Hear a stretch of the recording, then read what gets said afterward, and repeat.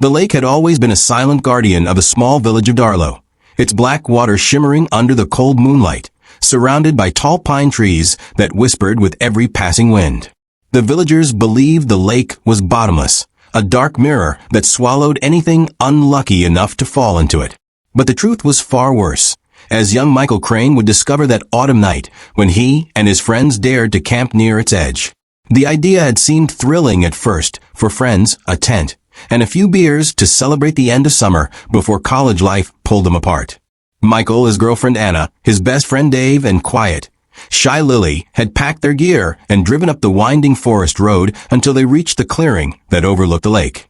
The air smelled of wet soil and pine resin, and as the sun sank behind the hills, a haunting fog began to roll over the water. "Looks like the lake's alive," Dave had joked, tossing a pebble into the still surface. The pebble never made a sound. It just vanished, swallowed silently by the dark. Anna laughed nervously, tugging her jacket tighter.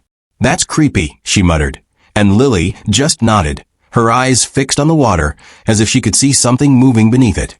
They set up the tent, lit a small fire, and tried to ignore the growing unease creeping through the silence.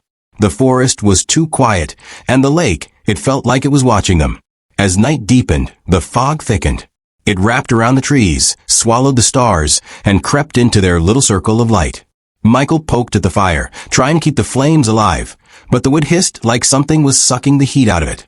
"You know," Dave said, his grin flickering in the dim light, "there's a legend about this lake." Anna groaned. "Oh great, here we go." Dave chuckled, but his tone was oddly serious. "No, really. My granddad used to talk about it.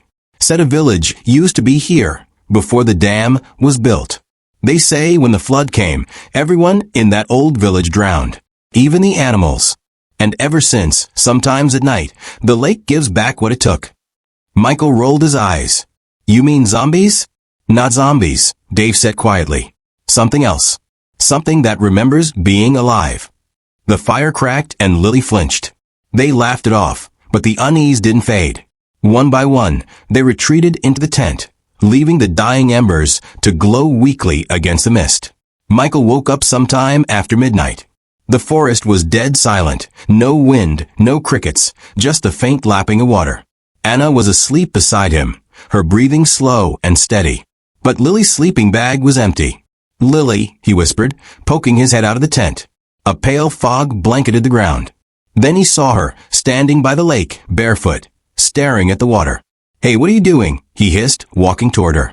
She didn't answer. Her reflection in the lake shimmered strangely, out of sync with her movements. When he reached her, she turned slowly, her face blank. "Do you hear it?" she whispered. "What?" "The crying." Michael froze. The air was cold enough to bite, but beneath it he could hear something, faint sobbing, like a child lost in the dark. It seemed to rise from beneath the water. "It's calling me," Lily said, and before he could stop her, she stepped forward. The lake swallowed her silently, the fog rippling as if it had been waiting.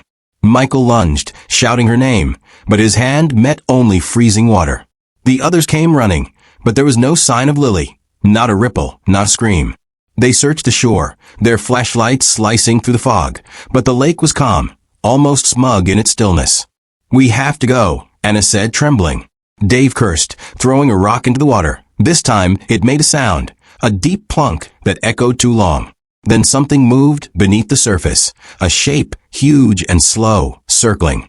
They all saw it. "Get in the car," Michael shouted. But when they turned toward the campsite, the fog was thicker, the path gone. The forest itself seemed to shift. Then came the smell, rot and mud, like something ancient had been disturbed. From the lake, bubbles rose, breaking the surface with wet, gurgling sounds. And then they saw her, or what was left of her.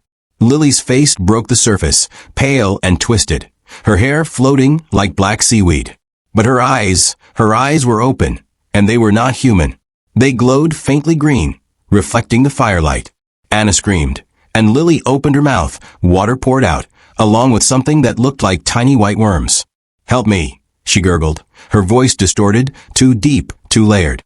Then a massive ripple surged from behind her, and a shape rose from the depths, something enormous, slick and scaled, its body glistening with lakeweed and bones tangled in its flesh. Its eyes were twin abysses, and when it exhaled, the fog seemed to move with it. Michael grabbed Anna's hand and ran. Dave followed, but his foot caught on something, a bone. It wasn't human. The thing in the lake lunged, a roar that didn't sound natural tearing through the fog. They made it to the car, slammed the doors, and Michael jammed the keys into the ignition. The headlights cut through the mist, and in that beam, they saw hundreds of faces in the water. Drowned faces, eyes open watching. As the car roared forward, the road ahead twisted, the forest narrowing. Behind them, the lake churned violently, throwing waves against the shore like it was angry. They didn't stop until dawn broke, miles away, the lake a faint glimmer behind them. But they were 3 now.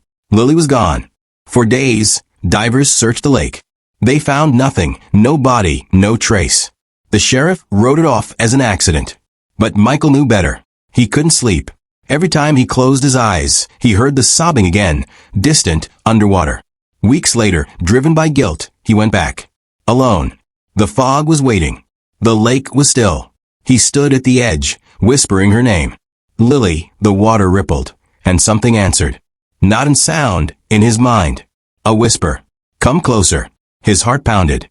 He stepped into the water. It was cold, too cold. He took another step. Then another. The world grew silent, and before he knew it, he was waist deep. The surface shimmered, and he saw her reflection again, smiling. But when he turned, nothing. Then she appeared, behind him, her face pale and calm. It's beautiful down here, she whispered, her hand brushing his cheek. You'll see. The water rose. He didn't fight. The lake welcomed him. Months passed. Anna and Dave tried to move on, but they both knew something was wrong. One night, Anna received a message, an email from Michael's old account. It contained only one image, the lake under the full moon. In the reflection, 4 figures stood side by side at the edge. All of them were smiling. She screamed, but no one believed her. She drove to the lake the next day, but the road was blocked, flooded again. The dam had burst.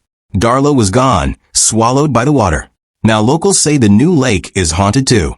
They say, on foggy nights, you can see shapes walking along the shore, shadows that vanish when you look directly at them. Fishermen claim to hear crying beneath their boats. Sometimes they find strange, wet footprints leading from the water into the woods, but they never lead back. The authorities drained part of the lake once, years later. At the bottom, they found remnants of the old drowned village, a church steeple, gravestones, and a cracked bell that still chimed underwater when the wind blew right. But the divers who went down there came back changed. One of them never spoke again. The other claimed he saw people moving in the houses beneath the water, faces pressed against the glass, watching him. And on the sonar, there was something bigger, moving slowly, circling. The lake monster was real. It wasn't a beast made of flesh alone. It was made of memory, of sorrow, of every life the lake had claimed. It wore their faces, whispered in their voices, pulled more souls into its depths. And when the moon is full and the fog rises, Darlow's drowned will walk again, their eyes glowing faintly green, waiting for someone to call their names. The lake remembers. The lake never gives back what it takes.